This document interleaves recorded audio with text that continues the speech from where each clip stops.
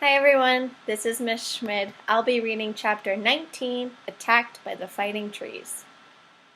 The next morning, Dorothy kissed the pretty green girl goodbye, and they all shook hands with the soldier with the green whiskers, who had walked with them as far as the gate. When the guardian at the gate saw them again, he wondered greatly that they could leave the beautiful city to get into new trouble. But he at once unlocked their spectacles, which he put back into the green box and gave them many good wishes to carry with them.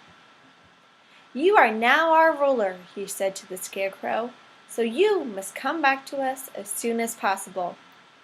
"I certainly shall if I'm able," the Scarecrow replied, "but I must help Dorothy to get home first." As Dorothy bade the good-natured guardian at last farewell, she said, "I have been very greatly treated in your lovely city, and everyone has been good to me. I cannot tell you how grateful I am." "Don't try, my dear," he answered. "We should like to keep you with us, but if it's your wish to return to Kansas, I hope you will find a way." He then opened the gate of the outer wall, and they walked forth upon their journey. The sun shone brightly as our friends turned their faces toward the land of the South. They were all in the best of spirits and laughed and shouted together. Dorothy was once more filled with the hope of getting home, and the Scarecrow and the Tin Woodman were glad to be of use to her. As for the Lion, he sniffed the fresh air with delight and whisked his tail from side to side in pure joy at being in the country again, while Toto ran around them and chased the moths and the butterflies, barking merrily all the time. "City life does not agree with me at all," remarked the Lion as he walked along at a brisk pace. "I have lost much flesh since I lived here, and now I am anxious for a chance to show the other beasts how courageous I have grown." They now turned and took a look at the Emerald City. All they could see was a mass of towers and steeples behind the green walls, and high above everything, the spires and the dome of the Palace of Oz.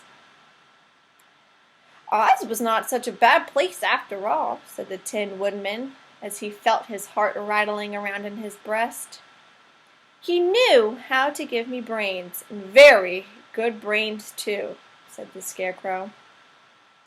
"If Oz had taken a dose of the same courage he gave me," said the Lion, "he would have been a brave man." Dorothy said nothing.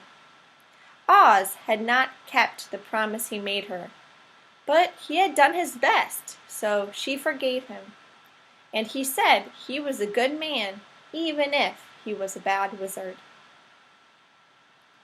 The first day's journey was through the green fields and bright flowers that stretched about the Emerald City on every side. They slept that night on the grass, with nothing but the stars over them, and they rested very well indeed.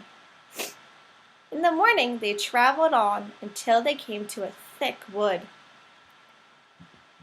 There was no way of going around it, for it seemed to extend to the right and to the left as far as they could see.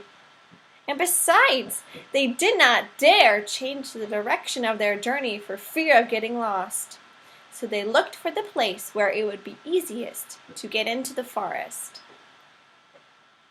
The Scarecrow, who was in the lead, finally discovered a big tree with such wide spreading branches that there was room for the party to pass underneath.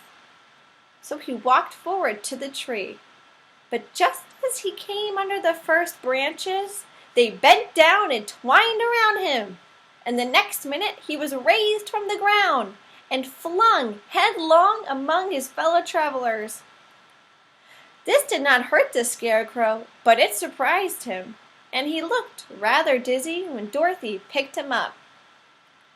"Here is another space between the trees," called the Lion. "Let me try it first," said the Scarecrow, "for it doesn't hurt me to get thrown about." He walked up to another tree as he spoke, but its branches immediately seized him and tossed him back again. "This is strange!" exclaimed Dorothy. "What shall we do?" "The trees seem to have made up their mind to fight us and stop our journey," remarked the lion. "I believe I will try it myself," said the woodman, and shouldered his axe. He marched up to the first tree that had handled the scarecrow so roughly. When a big branch bent down to seize him, the woodman chopped at it so fiercely that he cut it in two. At once the tree began shaking all of its branches as if in pain, and the Tin Woodman passed safely under it. "Come on!" he shouted to the others. "Be quick!" They all ran forward and passed under the tree without injury, except Toto, who was caught by a small branch and shaken until he howled. But the woodman promptly chopped off the branch and set the little dog free.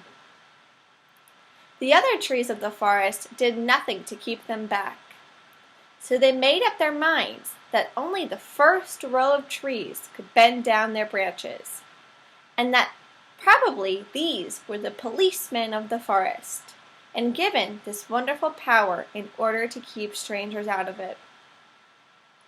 The four travelers walked with ease through the trees until they came to the farther edge of the wood. Then, to their surprise, they found before them a high wall which seemed to be made of white china. It was smooth, like the surface of a dish, and higher than their heads. "What shall we do?" asked Dorothy. "I will make a ladder," said the Tin Woodman, "for we must certainly climb over the wall."